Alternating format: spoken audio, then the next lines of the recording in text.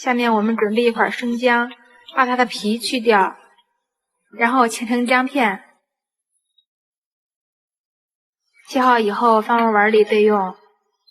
接下来我们准备一个无油的空锅，把这3样食材放进来，然后加入适量的清水，没过食材就可以了。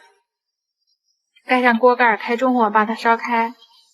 锅开后煮15分钟，然后再焖10分钟，最后把它自然晾凉就制作完成啦。我们把它盛入碗里就可以食用啦。大家都知道白萝卜具有润肺通气的作用，橘子皮能清热解毒，生片的可以驱寒。这3样食材加在一起，对止咳非常有作用。我们每天喝1碗，连续喝上1周，你会发现咳嗽就没有了，非常的有效。